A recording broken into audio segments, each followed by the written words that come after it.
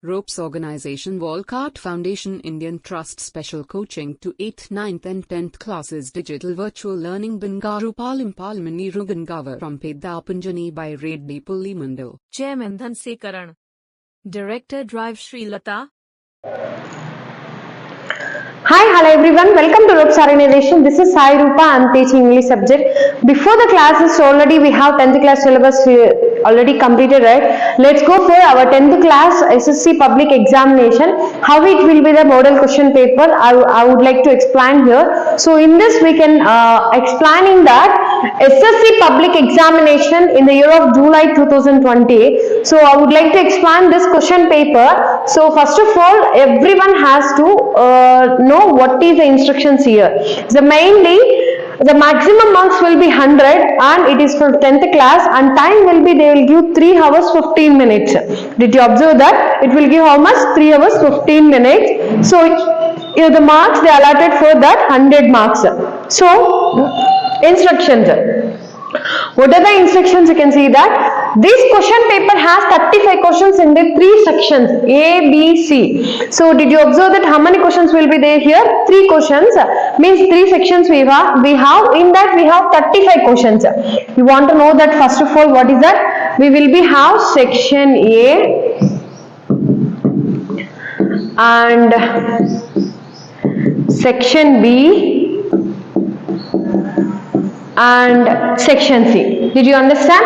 We have the 3 sections. In that we have how many questions? 35 questions will be there. So here we do observe that answer all the questions as a separate answer book separate to you. Ante anni answers anedi kuda nuvu answer cheyali annappudu neeku separate ga oka book anedi ivvadam jarigindi, answer booklet. So 15 minutes of time is allotted exclusively for reading the question paper and 3 hours for the writing the answers. Ante exclusively ante only 15 minutes enduku extra ichcharante we want to read the question paper thoroughly. Ante manam question paper ni baga thorough ga చదవాలి అన్నది కావడం కోసమే ఇక్కడ మనకి 15 minutes extra ఇవ్వడం అనేది జరిగింది. So answer all the questions of section B grammar vocabulary in the same order at one place in your answer book. ఇక్కడ ఇంకొక మెయిన్ థింగ్ ఏంటంటే ఇక్కడ ఇచ్చింది ఏంటంటే సెక్షన్ బి, అంటే ఈ యొక్క సెక్షన్ బిని ప్రతి ఒక్కరు కూడా ఒకే ప్లేస్ లోనే, అంటే ఇక్కడ సపోజ్ క్వశ్చన్ నెంబర్ 16 to 32 ఉంటుంది, అంటే క్వశ్చన్ నెంబర్ ఎంత ఉంటుంది? 16 to 32 ఉంటుంది. సో దీన్ని ఒకే ఆర్డర్ లో ఒకేలాగా కింద వరకు రాయాలనేసి ఇక్కడ వాళ్ళు ఎక్స్ప్లెయిన్ చేయడం అనేది జరిగింది. సో ఇక్కడ మనం తీసుకున్నట్లయితే ప్రతి ఒక్క దాంట్లో టోటల్ గా section A, section B, section C తీసుకున్నట్లయితే సెక్షన్ బి మాత్రం ఒకే ప్లేస్ లో రాయాలనేసి వాళ్ళు ఇక్కడ చెప్పడం అనేది జరిగింది. సో ఇప్పుడు మీకు నేను ఫస్ట్ సెక్షన్ ఏలో ఏముంటుందని నేను ఇక్కడ ఎక్స్ప్లెయిన్ చేయడం అనేది జరిగింది. సెక్షన్ ఏలో ఏముంటుందంటే రీడింగ్ కాంప్రహెన్షన్ అనేది ఉంటుందండి. సో రీడింగ్ కాంప్రహెన్షన్ లో మనం ఇక్కడ చూసుకున్నట్లయితే చూడండి, questions from 1 to 5 read the following passes carefully. చూడండి వాళ్ళు చెప్పినది ఏంటంటే ఒక రీడింగ్ కాంప్రహెన్షన్ ఇస్తారు. They will give one of the reading comprehension. In that reading comprehension they will give the downs question answers will give. So this is about the paragraph they give. First of all మనం ఏం చేయాలంటే ప్రతి paragraph ని neat గా understand చేసుకొని మరి కింద ఉన్న క్వశ్చన్స్ కి మనం ఆన్సర్ చేయడం అనేది జరగాలి. సో ఫస్ట్ ఆఫ్ ఆల్ ఇక్కడ లెసన్ నేమ్ కూడా ఇచ్చేసారు చూడండి, యాటిట్యూడ్ ఇస్ ఆల్టిట్యూడ్ లెసన్ లో మనకి ఒక పారాగ్రాఫ్ ఇవ్వడం అనేది జరిగింది. సో ఇక్కడ చూడండి, his parents decided not to send him to a special school, a decision he said was very hard for him, but which may have been the best decision they could have made for him.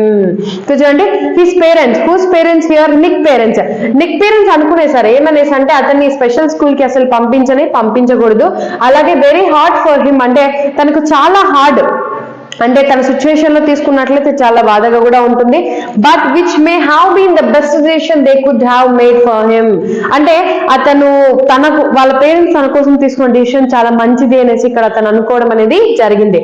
When Nick was Born his father was so shocked that he left the hospital room to vomit. ఎప్పుడైతే Nick పుట్టాడో, ఇక్కడ చూడండి, ఎప్పుడైతే Nick అనే అతను పుట్టాడో వాళ్ళ నాన్న అతను చూసిన వెంటనే వామిటింగ్ చేసుకునేసాడు, బయట వెళ్ళి వామిటింగ్ చేసుకునేసి హిస్ డిస్ట్రాక్ట్ మదర్, అంటే వాళ్ళ మదర్ చాలా డిసప్పాయింట్ అవ్వడం అనేది జరిగింది. So couldn't bring her self to hold him until he was 4 months old. ఆమెకి 4 అంటే నిక్కీకి 4 months వచ్చేంత వరకు అసలు వాళ్ళ మదర్ తనని అసలు ఇలా పట్టుకోను లేదు, ఆమెను అసలు ముట్టుకొని కూడా లేదు అతన్ని. His disability came without any medical explanation. ఇంకొకటి అతనికి డిసేబిలిటీ అనేది ఏ యొక్క ఎక్స్ప్లెనేషన్ తో కానీ అక్కడ రావడం అనేది జరగలేదు. సో ఈ విధంగా మనం చూసుకున్నట్లయితే rare occurrence called as a phocomelia. అతను చనిపోయిన తర్వాత ఇక రేర్ అకరెన్స్ అంటే అసలు ఇలాంటి సిచ్యువేషన్ వస్తుందనేసి అతను చెప్పడం కూడా లేదు. So and Nick his parents spend many years asking why this cruelty could happen to them. అసలు ఎందుకు నాకే ఇలాంటి సిచ్యువేషన్ ఫామ్ అయింది, అసలు ఏంటని అసలు అర్థమే కావడం లేదు. So my mother was a nurse and she did everything right during pregnancy but she still blamed her self he said. చూడండి మా నాన్న ఎప్పుడు చెప్పేవాడు, మా మమ్మీ ఎప్పుడు కూడా నా యొక్క డిఫెక్ట్ వల్లే ఇలా పుట్టాడు, అతను నా బిడ్డ ఇలా పుట్టాడు అనేసి తన లైఫ్ లాంగ్ ఎప్పుడు అలా ఎక్స్ప్లెయిన్ చేస్తూ ఉండడం అనేది జరిగింది. సో ఈ విధంగా మనం చూసుకున్నట్లయితే ఈ యొక్క లెసన్ లో ప్రతి ఒక్కరు కూడా తన లైఫ్ లో ఎలాంటి థింగ్స్ అనేది జరిగాయి అనేసి ఇక్కడ చెప్పడం అనేది జరిగింది. సో ఇప్పుడు నిక్ జెసెస్ గురించి మనం చూసాం కదండి. ఇప్పుడు మనం ఇక్కడ ఉన్న క్వశ్చన్స్ కి ఆన్సర్ చేస్తాము. Why did Nick's parents decided not to send him to special school? ఇక్కడ ఎందుకు నిక్ ని స్పెషల్ స్కూల్ పంపించాలనుకున్నారంటే is not to send him special school, it was a very hard for him. వాళ్ళకి చాలా బాధ కలుగుతుంది ఎప్పుడైతే అతన్ని స్పెషల్ స్కూల్ అంటే హ్యాండిక్యాప్స్ ఉన్న స్కూల్స్ కి పంపించాలంటే వాళ్ళకి చాలా బాధ కలుగుతుంది కదా. సో అందుకనేసి అతన్ని అసలు పంపించకూడదని అనుకున్నారు. So it's very hard for him. And what did his father do when Nick was born? When Nick was born the father went outside and he get vomiting. అంటే అతను ఏం చేస్తాడు, వామిటింగ్ అనేది చేసేస్తాడు ఎప్పుడైతే అతను పుట్టాడో. So Nick's mother blamed herself. Nick's వాళ్ళ మదర్ ఎప్పుడు ఆమెని ఎందుకు బ్లేమ్ చేసుకుంటుంది అంటే ఇక్కడ చూడండి, not doing good things, not predicting పోకోమోలియా, not doing right during pregnancy. అంటే అసలు ప్రెగ్నెన్సీ టైంలో నేను కరెక్ట్ గా ఉండలేదేమో, అందుకే ఇలాంటి సిచ్యువేషన్స్ ఏమైనా ఉన్నాయేమో అనేసి ఆమె ఇక్కడ బాధపడడం అనేది జరిగింది. Nick's mother couldn't hold her son until he was 4 months old. చూడండి నిక్ అసలు హోల్డ్ చేయలేకపోయింది. When she was not at all hold as a Nick's mother couldn't hold her son until he was 4 months old. అంటే తనకి 4 నెలలు ఉన్నప్పుడే వాళ్ళ mother అసలు 4 నెలల వరకు she was in bed for 4 months. అదైతే తప్పు కదా. So Nick was an as ventilated for 4 months. అది కూడా 4 months ఉన్నాడా, అది కూడా కాదు. So she could not digest the giving birth to ఎట్రోజో. అసలు ఆమె డైజెషన్ చేసుకోలేకపోయింది. ఏ విధంగా డైజెషన్ చేసుకోలేకపోయింది అంటే ఇలా కాళ్ళు చేతులు లేని బిడ్డ పుట్టడం అనేది ఆమె అసలు డైజెషన్ చేసుకోలేకపోయింది అనేసి ఇక్కడ మనము చెప్పుకోవచ్చు. So according to the Nick and he's parents cruel trick in this passage literally. Cruel trick అంటే ఏంటి అనేసి మనకి ఇక్కడ అడగడం అనేది జరిగింది. సో ఇక్కడ చూడండి, so what is that?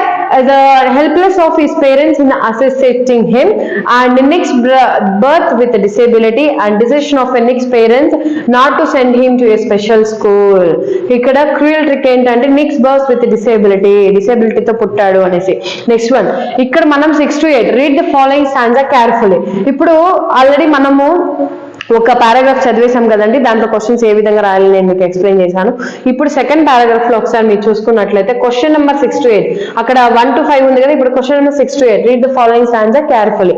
Once upon a time, son, they used to laugh with their heart and laugh with their eyes, but now they only laugh with their teeth while their eyes block cold eyes search behind my shadow. చూడండి ఇక్కడ ఒక sentence లో once upon a time ముందు ఒక కాలంలో చూసుకున్నట్లయితే అందరూ కూడా వాళ్ళ హార్ట్ తో మనస్ఫూర్తిగా నవ్వేవాళ్ళు. బట్ ఇప్పుడు లాఫ్ విత్ దేర్ ఐస్ కళ్ళతోనో మనస్ఫూర్తిగా నవ్వేవాళ్ళు.